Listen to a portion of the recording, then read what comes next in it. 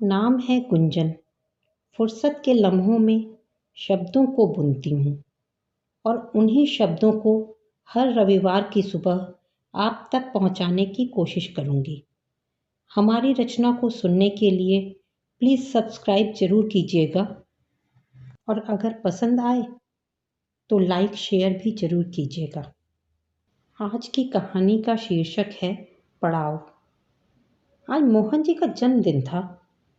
कहते हैं 50-55 की उम्र के बाद जिंदगी फिर उसी पड़ाव पर पहुंच जाती है जहां से वैवाहिक जीवन की शुरुआत होती है।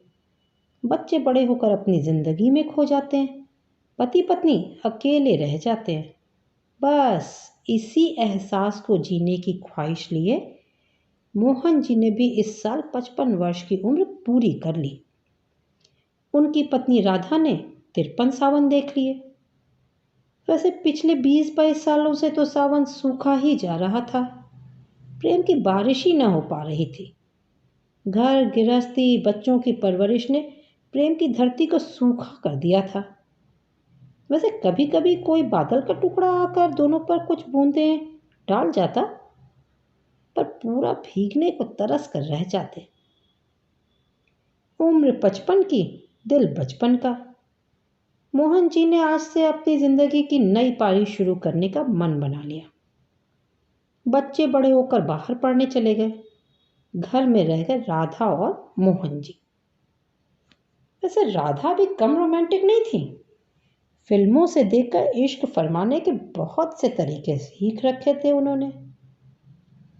55 में बचपन के लड़कपन दोनों में थे। कहीं शादी में जाना होता तो मोहन जी का कुर्ता पायजामा और राधा जी का सूट एक ही कपड़े से बनता।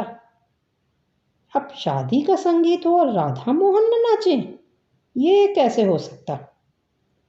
मोहन जी पहले स्टेज पर बड़े धीरे से चढ़ते, फिर बड़ी नजाकत से राधा अपना हाथ उनके हाथ में देती और वो उन्हें संभाल कर ऊपर ले आते। अब इस उम्र में लगे ठुमकों पर कुछ तालियां भी मिल ही जाती।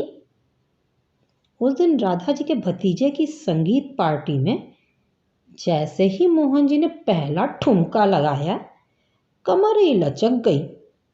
सारा शौक धरा का धरा रह गया। कितनी शौक से दोनों ने संगीत के लिए कपड़े बनवाए थे। बेचारे कमर पकड़कर अभी किसी तरह स्टेज से उतर ही रहे थे कि किसी ने आवाज लगाई, मोहन जी इस उम्र में मुरली बजा लिया कीजिए, अब रास रचाना छोड़िए। मोहन जी भी थे मजाकिया स्वभाव के, जल्दी बुरा नहीं मानते थे। बोले, इस उम्र में बुढ़ापा आपका आया होगा, मेरी तो अभी जवानी की दूसरी पारी शुरू हुई है।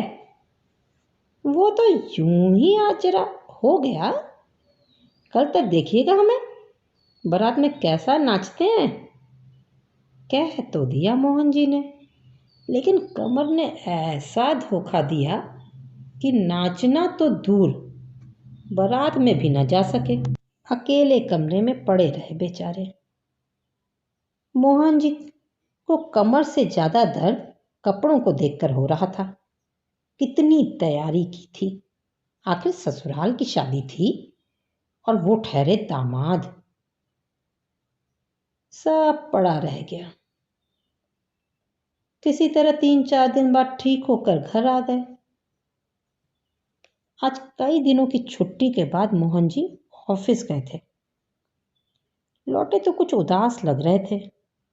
राधा समझ गई कि जरूर ऑफिस में कुछ कहा सुनी हो गई होगी। आजकल के लड़के भी ना किसी की सुनते जो नहीं है। लेकिन उनके लिए मोहन जी को खुश करना चुटकियों का काम था। झट से फोन से ऑर्डर करके गुलाब जामुन मंगवाया। चांदनी रात थी, छत पर ही खाने का इंतजाम किया। मोबाइल पर एक रोमांटिक गाना बजाया और बड़े प्यार से मोहन जी को खींचते हुए ऊपर ले आई। राधा ने एक हथेली उनकी आंखों पर रख दी और दूसरी से गुलाब जामुन उनके मुंह में डाल दिया। अब मोहन जी को भी गुलाब जामुन बहुत प्यारे थे। मुंह में उसका स्वाद आते ही उन्होंने तुरंत थूक दिया और पानी लेकर कुल्ला करने लगे, जैसे उन्हें कुछ कड़वा खिला दिया गया हो। कुछ संयत हुए तो राधा की आंखों में आंसू देखकर बोले, उस दिन जब तबीयत खराब हुई थी तो ब्लड टेस्ट भी हुआ था। आज रिपोर्ट आई तो डॉक्टर बोला शुगर 400 के ऊपर है।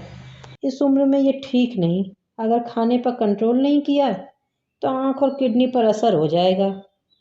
अब तुम ही बताओ, ये कोई उम्र है कंट्रोल करने की? राधा का सारा रोमांटिक मूड हवा हो गया। डॉक्टर की सलाह से दूसरे दिन सवेरे जिम जाने का फैसला हुआ। अब जिम जाना है तो ट्रैक सूट भी होना चाहिए। तय हुआ शाम को ऑफिस से आने के बाद बाजार चलेंगे। शाम को राधा मोहन जी के आने से पहले ही तैयार हो गई। गुलाबी रंग का सूट, मैचिंग सैंडल। वैसे राधा का कद मोहन जी के मुकाबले कुछ ज़्यादा ही कम था। मोहन जी 5 फीट 10 इंच तो राधा 5 फीट 1 इंच। इसीलिए राधा जी घुटनों के दर्द के बावजूद ऊंची एड़ी की सैंडल जरूर पहनती। ऑफिस से आने के बाद दोनों ने चाय पी और निकल गए बाजार। एडिडास के शोरूम पर पहुंचकर दोनों ने एक सा ही ट्रैक सूट और एक से ही जूते खरीदे। किसी जमाने में लोग अपने बच्चों के कपड़े एक से बनवाते थे, तो इनका बचपना भी कहाँ गया था। ये भी एक से पहन लेते। खरीदी करके बाहर निकले तो सीढ़ियों पर ही राधा जी का पैर लड़खड़ा गया। एड़ी मुड़ गई। किसी तरह मोहन जी ने संभाल कर कार में बिठाया और पहुंच गए डॉक्टर के पास। डॉक्टर ने पैर में सैंडल देखते ही कहा, आपके घुटने में पहले ही दर्द है। मैंने आपको सैंडल पहनने को मना किया था ना। अब इस उम्र में इतनी ऊंची एड़ी की सैंडल पहनेंगी तो ये तो होना ही था। डांट पड़ी सो पड़ी, ऊपर से 15 दिन के आराम की नसीहत कुछ दवाओं के साथ मिल गई। सोसाइटी में जिसे पता लगा देखने आया, उम्र का ख्याल करके हिल न पहने की नसीहत दे गया। किसी ने कहा शुक्र मनाओ फ्रैक्चर नहीं हुआ, नहीं तो इस उम्र में पहले जैसा ठीक नहीं होता। उम्र के ताने सुन सुन कर उनका मन जल के खाक हो जाता। खैर, ट्रैक सूट के पैकेट को देख देख कर राधा का पैर 15 दिनों से पहले ही ठीक हो गया। डॉक्टर को दिखाया तो उन्होंने 1 सप्ताह बाद जिम जाने की इजाज़त दे दी। जिम जाने के लिए अभी 7 दिन और इंतज़ार करना था और राधा जी ट्रैक सूट पहनने के लिए उतावली हुई जा रही थी। तो जब तक जिम नहीं जाना क्यों ना शाम को सोसाइटी में ही 4 चक्कर लगाया जाए। मोहन जी को भी आइडिया जच गया। वैसे भी उन्हें डॉक्टर ने इतना डरा दिया था कि अब उन्हें अपनी सेहत की चिंता होने लगी थी। शाम को जब ट्रैक सूट पहनकर शीशे के सामने खड़े हुए दोनों, तो राधा जी बोली, यूं ही लोग उम्र उम्र करते हैं। मुझे तो लगता है बेगम अख्तर ने ये गाना हमारे लिए ही गाया है। अभी तो मैं जवान हूँ, अभी तो मैं जवान हूँ, गाने लगी। दोनों हंसते हुए बाहर निकल आए। आज से सीढ़ियों का प्रयोग करेंगे, लिफ्ट से आना जाना बंद, दोनों ने फैसला किया। बाहों में बाहें डाले, एक सा ट्रैक सूट, एक सा जूता पहने जब सोसाइटी में पहुंचे तो किसी ने मोहन जी की तो किसी ने राधा की तारीफ कर दी कि बहुत फिट लग रहे हैं। फिर क्या था, जोश दोगुना हो गया। अब तो रोज शाम को दोनों टहलने लगे। शुरू में राधा जी के पैरों में थोड़ी तकलीफ हुई, लेकिन तारीफ सब दर्द भुला देती है। 1 सप्ताह बीत गया। आज से दोनों को जिम जाना था। ऑनलाइन रजिस्ट्रेशन पहले ही करा लिया था। वहां पहुंचे तो देखा उनकी उम्र के एक ही हैं। बाकी तो सब नौजवान दिख रहे थे। पहले कुछ संकोच हुआ, फिर खुद को समझाया, ये उम्र क्या होती है, दिल से जवान होना चाहिए, दिल से। खैर, ट्रेनर ने दोनों की मेडिकल हिस्ट्री के हिसाब से एक्सरसाइज शुरू कराई। 4-5 दिन तो हालत ये थी कि सुबह बिस्तर न छूटता, पूरा शरीर दर्द से करा रहा होता। खैर धीरे धीरे अच्छा लगने लगा। मोहन जी हंसमुख स्वभाव के थे, तो उसकी वजह से दोनों की सबसे दोस्ती हो गई। उन्होंने सबको कह दिया था कि कोई उन्हें अंकल या आंटी ना कहे, राधा जी और मोहन जी कहकर बुलाए। नौजवानों के बीच वो खुद को और भी ज़्यादा जवान महसूस करने लगे थे। जोश में एक दिन राधा जी ने कुछ ज़्यादा ही एक्सरसाइज कर ली, तो उनकी स्पॉन्डिलाइटिस की समस्या बढ़ गई। 2 दिनों से अब वो मोहन जी के साथ आती तो जरूर, लेकिन चुपचाप बैठी रहती। आज मोहन जी ने भी बगल वाले लड़के को देखकर जोश में अपनी ट्रेडमिल की स्पीड बढ़ा दी। कंट्रोल नहीं हुआ, पूरी तरह जख्मी हो गए। हाय हाय करती राधा जी दौड़ी। सब ने मिलकर उठाया और पहुंचा दिया अस्पताल के बिस्तर पर। वहां लोगों की बातें उन्हें और घायल कर रही थी। अरे उम्र का ख्याल तो करना चाहिए, अपनी उम्र के हिसाब से करना चाहिए, लेकिन ये तो खुद को हमारी उम्र का समझते हैं। दूसरे को देखकर स्पीड बढ़ाने की क्या जरूरत थी। उम्र के इतने ताने सुनकर आज उन्हें लगा कि वो 55 नहीं 65 के हो गए। अरे जब तक रिटायर होने की उम्र ना हो तब तक तो आदमी जवान ही होता है। अगर ऑफिस में वो नौजवानों से ज़्यादा काम कर सकते हैं तो यहाँ उम्र कैसे बीच में आ गई। दर्द से कराह रहे थे, लेकिन जवानी नाक की हर नस में दौड़ रही थी। तभी डॉक्टर साहब आ गए। डॉक्टर माथुर मोहन जी के बचपन के मित्र थे। देखते ही बोले, तुम नहीं सुधरोगे, अब क्या कराए जो ये हाल हो गया।